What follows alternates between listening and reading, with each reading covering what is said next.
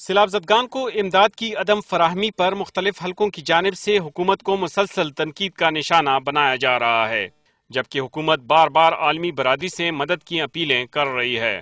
صوبہ خیبر پختونخوا میں متعدد علاقے ایسے ہیں جو حکومتی امداد سے محروم ہیں، تاہم ان علاقوں میں غیر ملکی تنظیموں اور ڈونر ایجنسیوں کی جانب سے امداد کا سلسلہ شروع ہو گیا ہے، لیکن صوبہ خیبر پختونخوا حکومت کو اب بھی یہ شکوہ ہے کہ کسی کی جانب سے انہیں نقد امداد فراہم نہیں کی گئی ہے۔ صوبے کو اب تک ان کیش ایک پیسہ بھی نہیں ملا ہے۔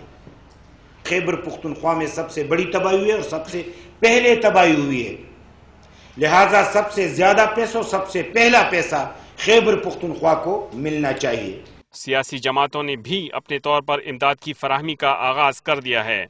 پاکستان تحریک انصاف ریلیف اکاؤنٹ میں صرف ایک ہفتے کے دوران 40 کروڑ روپے جمع ہوئے، جبکہ اس جماعت کو مختلف اداروں کی جانب سے 140 ٹرک کا امدادی سامان فراہم کیا گیا۔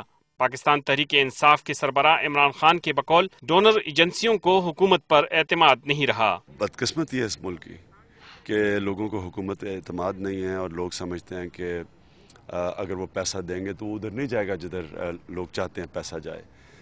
ہم دیکھ رہے ہیں کہ نہ باہر سے حکومت کو وہ اتنی امداد آ رہی ہے اور نہ اندر پاکستان میں یہ عوام دے رہی ہے۔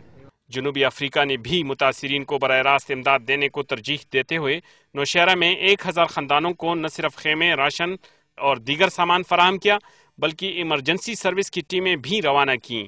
جنوبی افریقہ کے سفارتکار بذات خود اس کام کی نگرانی کر رہے ہیں، جن کے بقول متاثرین کو امداد کی بروقت فراہمی براہ راست طور پر ہی ممکن ہے۔